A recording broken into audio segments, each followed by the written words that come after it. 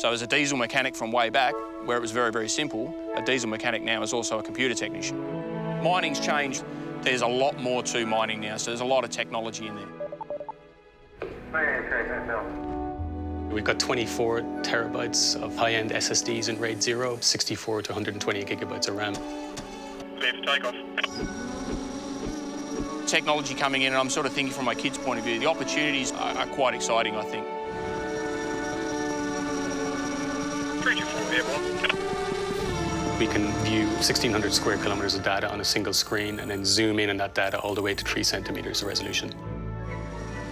It's live, it's real time. That allows the Pilbara, Perth and the east coast of Australia to be connected instantaneously. Uploading.